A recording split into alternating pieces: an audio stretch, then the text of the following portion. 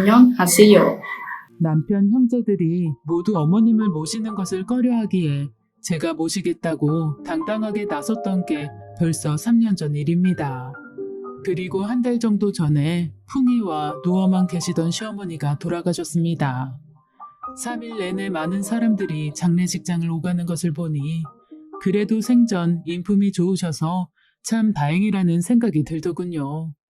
어리둥절하고 정신이 없는 와중이라 눈물도 나지 않았습니다. 장지를 한다고 삽의 흙을 퍼나를 때가 되어서야 눈물이 쏟아졌네요.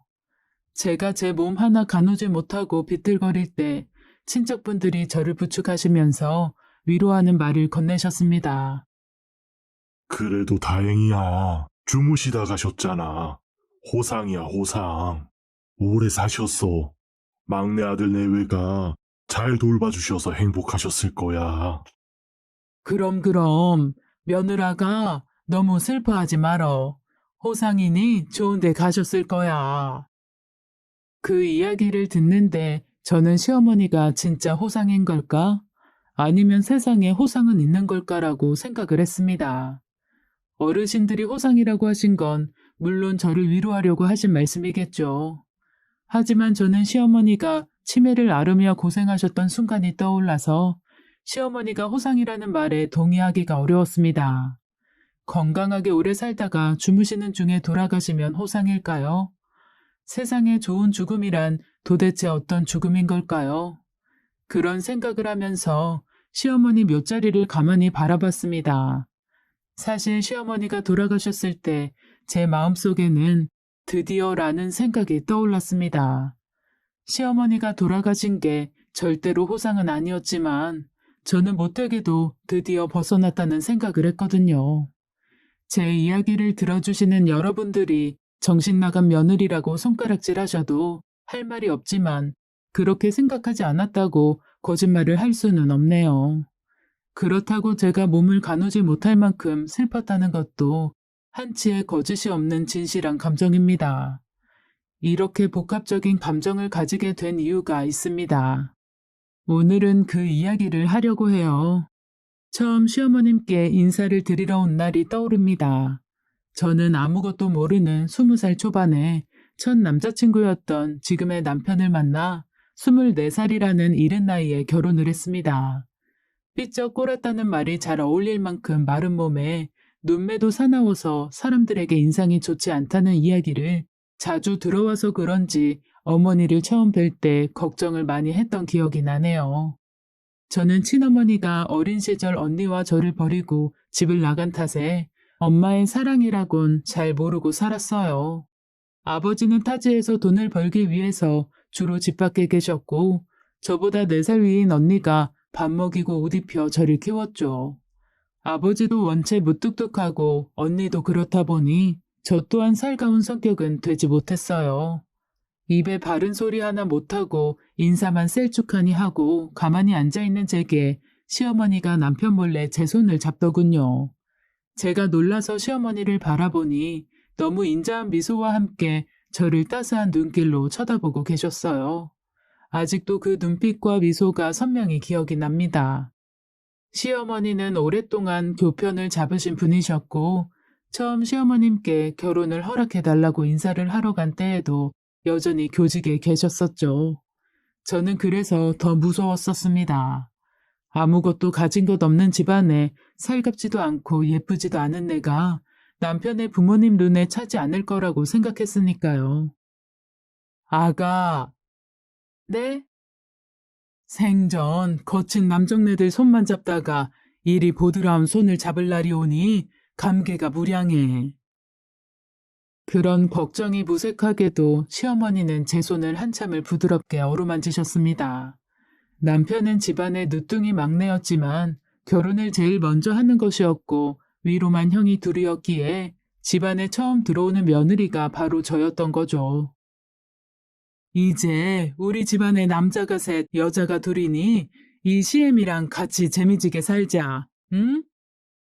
네, 어머니.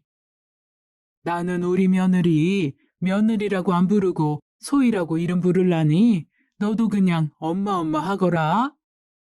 아니, 그래도 어떡해. 나는 시어매보다는 엄마가 좋다. 아예 세상 물정 모르는 이제 막 소녀티를 벗은 나이였지만 시어머님이 하는 말을 곧이곧대로 받아들이고 엄마 할 만큼 철이 없지는 않았어요. 그냥 잘 지내보자고 의뢰하시는 말이겠거니 생각했었죠.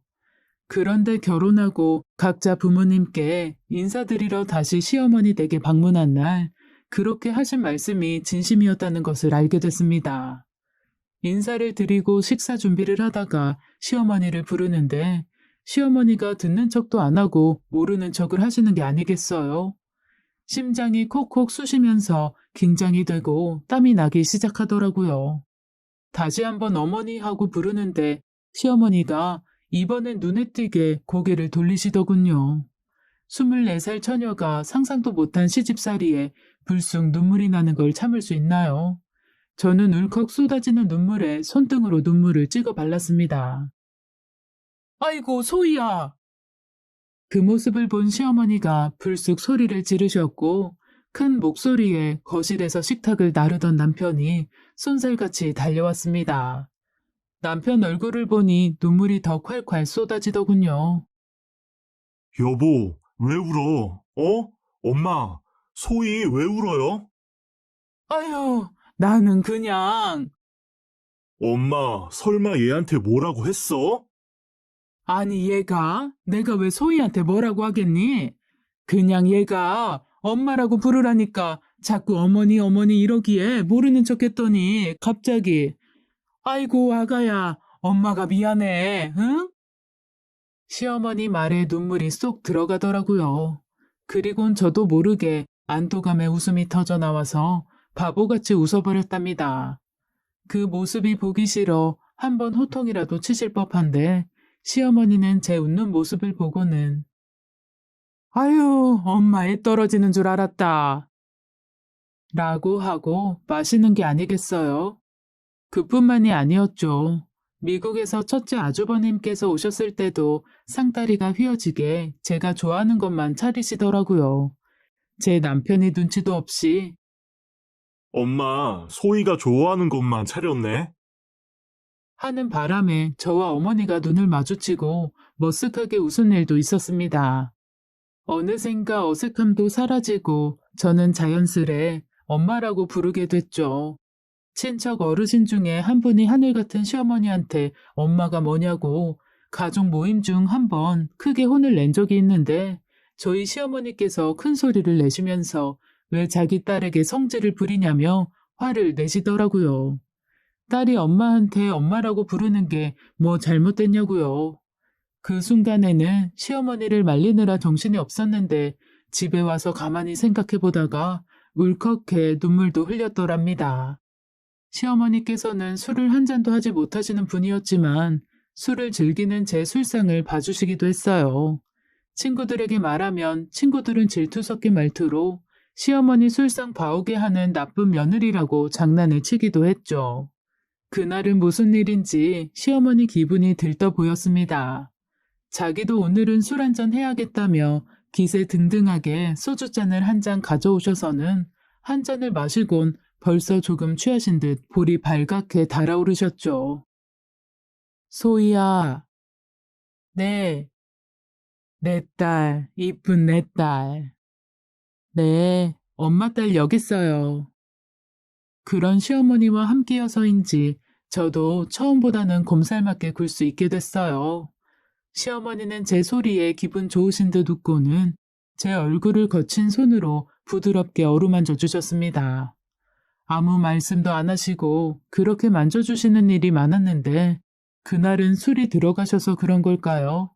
아직도 시어머니가 한 말들이 가슴에 콕 박혀 있네요. 어미 사랑 못 받은 것은 평생의 한이야. 내가 그래서 네 살아온 날 듣고 마음이 아파서 밤잠이 오지 않더라. 그래도 내 딸, 이제는 엄마 사랑 받을 수 있어서 다행이야. 이 애미 사랑이라도 받을 수 있어서 참말 다행이야. 제가 엄마 없이 자란 서름을 절대 흠으로 보지 않으셨던 거예요. 제가 불쌍해서라던가 제가 안쓰러워서였어도 저는 그런 모습의 시어머니가 좋았습니다. 친엄마에게 받지 못했던 사랑을 시어머니께 받을 수 있어서 나는 너무 축복받은 행운하구나라는 생각을 했으니까요. 그리고 그 후로 얼마 지나지 않았을 때 저의 아버지가 돌아가셨습니다. 말을 끝내지 못하고 울먹이는 언니의 말이 귀를 타고 넘어와서 바닥으로 뚝뚝 떨어지고 머릿속으로 입력이 되지 않았어요. 집으로 가는 길에도 몇 번을 혼절하고 장례식장에서도 제 노릇 하나 못하고 쓰러지길 수어 번, 잠시 정신이 들면 항상 문상객들을 맞이하고 상을 차리고 이곳저곳 뛰어다니는 시어머니가 보였습니다. 남들이 보면 저게 무슨 말도 안 되는 상황이냐고 할 만한 일이었죠. 시어머니는 그런 시선이나 말에 신경을 쓰시는 분이 아니었습니다. 되려 그렇게 말하는 사람에게 내 딸 아빠가 돌아가셨는데 그럼 엄마인 내가 가만히 있습니까? 라고 하실 게 분명했으니까요. 장례식이 끝나고 언니가 시어머니께 한우를 보냈습니다. 장례식 내내 저 대신에 사돈 어른이 고생하셨다면서 꼭 감사하다는 말을 전해달라고 하더군요. 한우를 가져다 드리니 시어머니는 마침 잘 됐다며 제 피골이 상접했으니 한우 좀 먹여야겠다는 겁니다. 엄마, 이거 언니가 엄마 주라고 한 거예요. 저 진짜 괜찮으니까 엄마 드세요. 소희 네가 먹는 게 엄마가 먹는 거랑 똑같아. 어여 앉아. 저런 고집을 부리는 시어머니를 저는 절대 꺾을 수가 없었죠. 시어머니가 구워주시는 소고기를 든든히 먹어서였을까요? 저는 몇 달 뒤에 임신을 했고 시어머니께서는 너무 기뻐하시며 친정 아버지가 주신 선물인 것 같다며 아버지를 모신 납골당에 한번 인사를 하러 다녀오시기도 했습니다. 저희 아이들이 지금 큰애는 대학교에 막 입학했고 작은애는 고등학교 2학년이네요. 시어머니 손을 많이 타서 그런지 아이들이 저보다 할머니를 더 좋아한답니다. 3년 전 처음 할머니가 치매에 걸렸다는 걸 알았을 때 저보다 더 많이 운 것도 녀석들일 정도였으니까요. 앞에서 말씀드렸긴 했지만 시어머니가 돌아가시기 3년 전에 시어머니께서는 눈에 띄게 몸이 안 좋아지셨어요. 시아버지가 먼저 돌아가시고 난 후에 급격히 건강이 나빠졌거든요. 그러다가 2년쯤 지난 후에는 화가 많아지셨고 제게 소희야라는 말 대신 며느라가라는 말을 더 많이 쓰기 시작했어요. 때로는 저를 아예 못 알아보시는 것처럼 남 대하듯 대하기도 하셨죠. 요실금처럼 소변을 속옷에 지리기도 하셨고 가끔은 화장실에 들어가지 못하신 채로 방바닥이나 옷에 소변을 보시는 경우도 있었습니다. 상태가 심각해졌다고 생각해 병원에 모시고 가니 치매 초기에 점점 더 악화될 것이라는 청천벽력 같은 이야기를 들었습니다. 남편의 큰형은 미국에 거주 중이었고 둘째 형은 시어머니를 모시는 것을 꺼려했습니다. 남편도 고민을 하는 것처럼 보였지만 저는 당연히 시어머니를 제가 모셔야 한다고 생각했어요. 그리고 그때부터 저의 악몽이 시작됐습니다. 처음에는 시어머니의 치매 증상이 그리 심하지 않았어요. 중간중간 제정신이 돌아오기도 했고 말짱하게 요리를 하시거나 청소를 하시는 경우도 있었어요. 거동이 불편하기는 했어도 아예 못하시지는 않았기에 혼자서 화장실을 가시는 일도 있었습니다. 물론 소변을 지리거나 화장실이 아닌 곳에 용변을 보시기도 해 기저귀를 채우긴 했지만요. 그러다 1년쯤 지난 후부터 시어머니의 증상은 굉장히 심해졌어요. 제일 문제였던 건 바로 저에 대한 태도였습니다. 과거에 저를 딸처럼 대해주셨던 다정하고 인자했던 모습만을 기억하고 있어서일까요? 시어머니가 제게 하는 모든 행동들이 가시가 되어 날아와 박혔습니다. 때로는 저를 강하게 밀치거나 손찌검을 하기도 하셨어요. 안녕하세요. 네가 좀 배웠다고 이 시어매가 시어매 같지가 않냐? 도대체 나를 얼마나 우습게 알면 혼수를 콩베개로 해와? 어디 가난하기 짝이 없는 년을 집안에 들여서는 여자를 잘못 들이면 집 대들보가 무너진다더니 딱 그 짝일세. 치매에 걸린 시어머니는 제가 알던 분과는 전혀 달랐습니다. 제가 하지 않은 일을 질책하기 일쑤였고 제가 만든 요리는 입에 하나도 맞지 않는다며 곧장 싱크대에 버리시기도 했습니다. 치매에 걸리면 벽에 똥칠도 한다던데 그건 아니라서 다행이라고 남편에게 말한 날 밤에 바로 벽에 똥칠을 하셨던 것은 우연일 리는 없었기에 벽을 물걸레로 닦으면서 푹푹 나오는 한숨을 막을 수가 없더군요. 그날 밤 남편에게 지금까지 못한 말을 꺼냈습니다. 사실 어머니가 나한테 시집살이를 하고 싶었던 것 아닐까? 그게 무슨 소리야? 치매에 걸리신 후에 유독 시집살이 심하게 시키는 시어머니가 됐잖아. 지금까지 내 앞에서는 다정하게 굴고 엄마라고 부르라고 하면서 사실은 이렇게 시집살이 시키고 싶은 마음이 있으셨던 건 아닌가 해서. 무슨 말도 안 되는 소리를 하고 그래. 어머니하고 지낸 세월이 얼만데 당신 그런 소리를 해. 나도 당연히 엄마가 그럴 뿐이 아니라는 건 알지. 당신 이렇게 생각하는 거 나중에 죄스러울 거야. 내가 너무 힘들어서 그래. 당연히 알지. 아는데 치매에 걸리셔서 그러는 거야. 알아, 안다고. 그렇게 힘들면 요양원 모셔. 생각해보고. 치매에 걸린 시어머니가 이상한 행동을 하는 건 너무 당연한 일이죠. 하지만 저도 사람인지라 1년 365일 시어머니를 모시면서 평소에 다정했던 시어머니의 얼굴에서 표독한 말이 쏟아지는 걸 참고 견디는 게 쉬운 일만은 아니었습니다. 남편이 요양원에 모시자는 말에 생각을 해보겠다고는 했지만 사실 저는 시어머니를 요양원에 모시고 싶지는 않았어요. 죽이 되든 밥이 되든 끝까지 집에서 모시고 싶었습니다. 그게 욕심이었을까요? 어머니는 시간이 갈수록 증세가 더욱 심각해졌어요. 새벽에 화장실에 가려고 깬 김에 시어머니를 뵈러 방문을 열었는데 텅 빈 방에 곱게 이불까지 개어져 있더군요. 바깥은 만물이 잠든 새벽, 남편을 급하게 깨워서 잠옷바람으로 밖으로 뛰쳐나갔어요. 혹시 올지 모르는 전화를 기다리면서 핸드폰을 손에 꽉 쥐고 한강 다리를 힘든 줄도 모르고 뛰어서 건넜죠. 아직 새벽바람은 차가운데 혹시 어디 다치신 건 아닐까, 밤이라 차들이 더 세게 달리는데 시어머니가 무사하실까 생각했죠.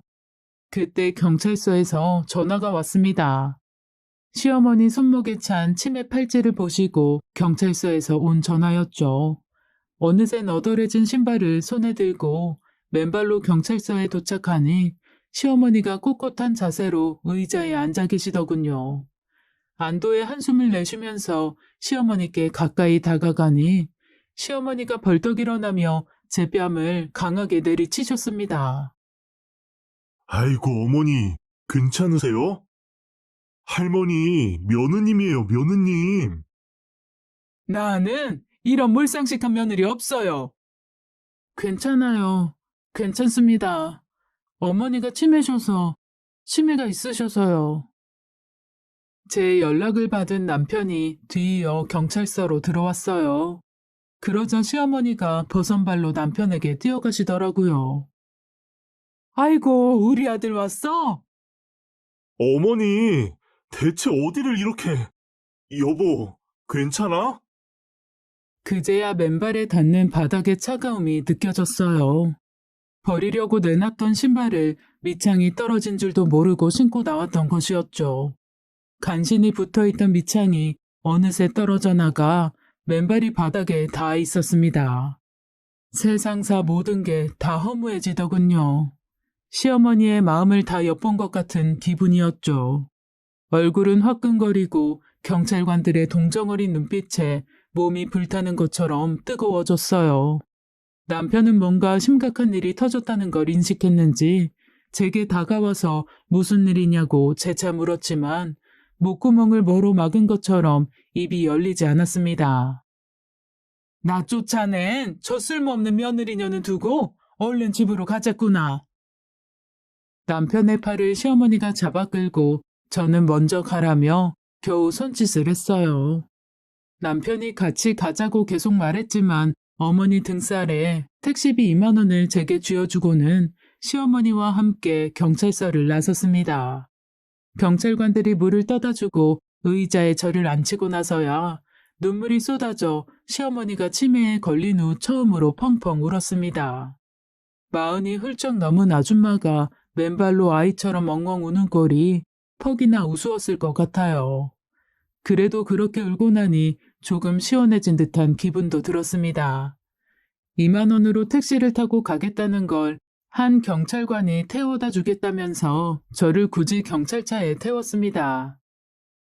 아주머니, 저희 어머니도 치매셨습니다. 힘드셨겠네요. 그때는 죽을 만큼 힘들었는데 돌아가시고 나니 힘들었어도 조금 더 같이 사셨으면 좋았을 걸 하기도 해요. 그런가요? 그렇게 되나요? 저희 어머니께서는 저를 저희 아버지라고 생각하셨어요. 매일같이 아버지에게 하듯이 잔소리도 하시고 소리도 지르셨어요. 가끔은 당신 때문에 자신의 인생이 망가졌다고 때리기도 하셨죠. 노인네가 어찌나 힘도 센지 여전히 팔목에 그 상처가 있어요. 저는 뭐라고 대답하지 못하고 그냥 고개만 끄덕였답니다. 경찰관이 이 이야기를 왜 꺼냈는지 알 수 없었어요. 단지 위로일까 아니면 동정일까. 저보다 한참 나이가 있어 보이는 경찰관은 치매에 걸리기 전 시어머니처럼 인자한 얼굴이었습니다. 아주머니 시어머니께서도 저희 어머니처럼 착각하고 계실 거예요. 저를 저희 아버지라고 착각하셨던 저희 어머니처럼요. 경찰관께서 해주신 위로가 제게 힘이 됐으면 좋았겠지만 이미 상처를 받아서 마음이 피폐해진 제게는 그저 나 말고도 고생하는 사람 많다 정도의 위로밖에 되지 못했죠. 그래도 그 뒤로는 남편이 간병인을 구했고 밤 시간 이후에는 시어머니께 시달릴 일이 많지 않았습니다. 밤에도 시어머니가 다시 가출하실 수 없도록 방문이 열리면 제 핸드폰으로 사이렌이 울리도록 설정해놨죠. 몇 번을 그 사이렌 소리에 일어나야 했고 그때마다 시어머니는 제가 자신을 감금한다고 소리를 지르시곤 했습니다.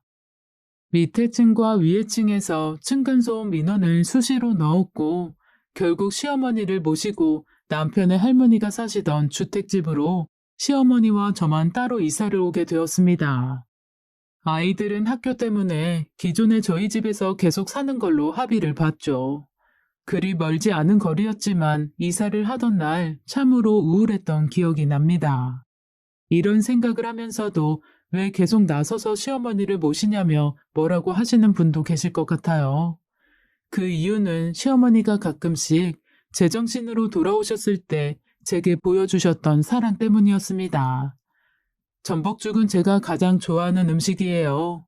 고등학교 때 너무 아파 밤새 끙끙 앓던 시절에 아버지가 끓여주셨던 전복죽. 그 이후로 저는 아플 때도 전복죽, 우울할 때도 전복죽, 기쁠 때도 전복죽을 끓여 먹곤 했답니다.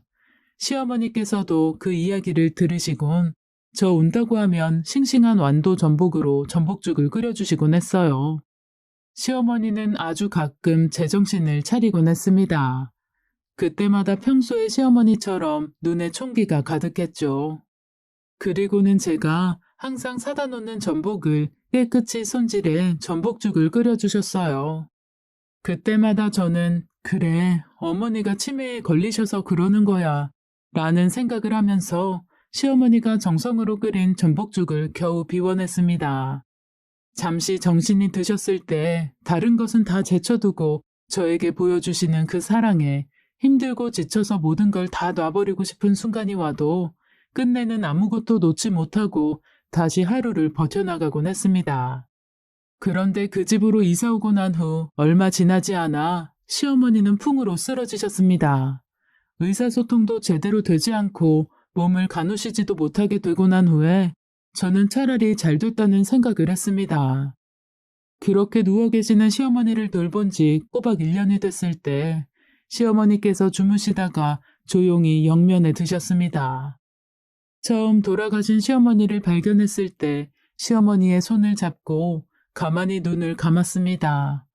다정했던 시어머니의 모습이 스치고 제가 누군지도 모르고 얼굴이 참 예쁘다며 거친 손으로 제 볼을 부드럽게 쓰다듬던 모습도 스쳤습니다. 어쩐지 저를 질책했던 모습은 머릿속에서 온데간데 없이 사라졌더군요. 그때의 감정은 아직도 말로 제대로 설명할 수 없을 것 같아요. 시어머니의 장례가 끝나고 주택집을 다 정리한 후에 아파트로 돌아와 시어머니가 쓰시던 방을 깨끗이 치웠습니다. 시어머니가 쓰셨던 이불과 베갯닛을 태우려고 정리를 하는 중 웬 종이가 바닥에 툭 하고 떨어졌습니다. 무슨 종이가 여기에 있나 싶어 보니 그것은 다름 아닌 시어머니가 제게 쓴 편지였죠. 소희야, 사랑하는 내 딸 소희야.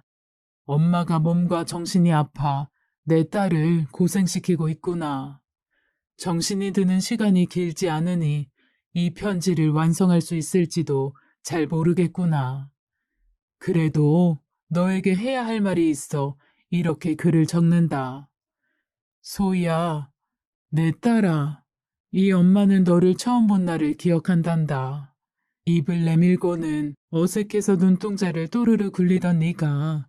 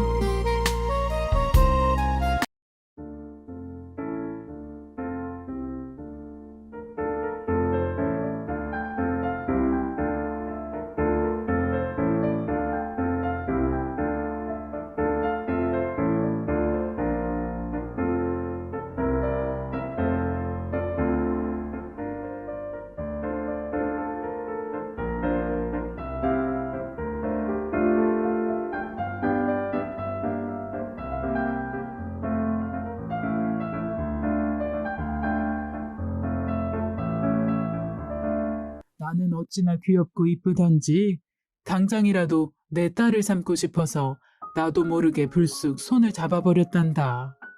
재혁이랑 결혼하지 않겠다고 할까봐 매일 밤 얼마나 들들 볶았는지 몰라. 소희한테 잘해라. 소희만한 애가 어디 있느냐. 소희랑 결혼해도 소희를 공주처럼 모셔라. 그렇게 재혁이 놈이 원체 무뚝뚝하니 나라도 너를 공주처럼 모셔야겠다 생각했지. 그런데 내가 치매라는 몹쓸 병에 걸려서 너를 공주처럼 모시기는커녕 너에게 몹쓸 짓을 하고 있구나.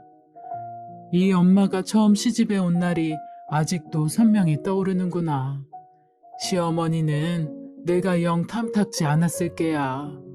나는 배운다고 배워 교편을 잡고 있었고 내 남편 될 양반은 이곳저곳 부르는 곳이면 가는 노가다꾼이었으니 말이다. 제 남편을 무시하고 시어머니를 무시한다고 여기셨어. 하루가 멀다 하고 구박하시는 게 일이셨던 분이었지. 아들을 셋이나 낳았는데도 쌀밥 한 톨 얻어먹지 못했으니까. 네 시아버지보다 돈은 내가 더 벌어왔지만 시어머니는 그것조차도 탐탁지 않게 여기셨고 내가 맛있는 양과자라도 사서 집에 올라치면 사치를 부린다면서 부직갱이로 나를 때리시곤 하셨단다. 나는 내가 새아가를 드리거든 절대로 그러지 않아야겠다고 다짐했지.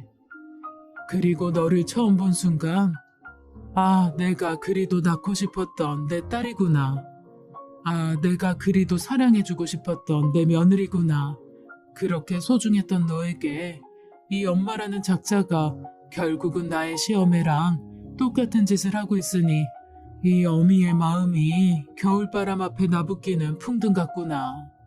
소희야, 나는 네가 건강하기만을 바란다. 무릎이 시리면 쉬었다 가고 갈증이 나면 목을 축이거라. 바람이 불면 벽 뒤에 숨고 햇빛이 강하면 그늘에서 더위를 식히거라.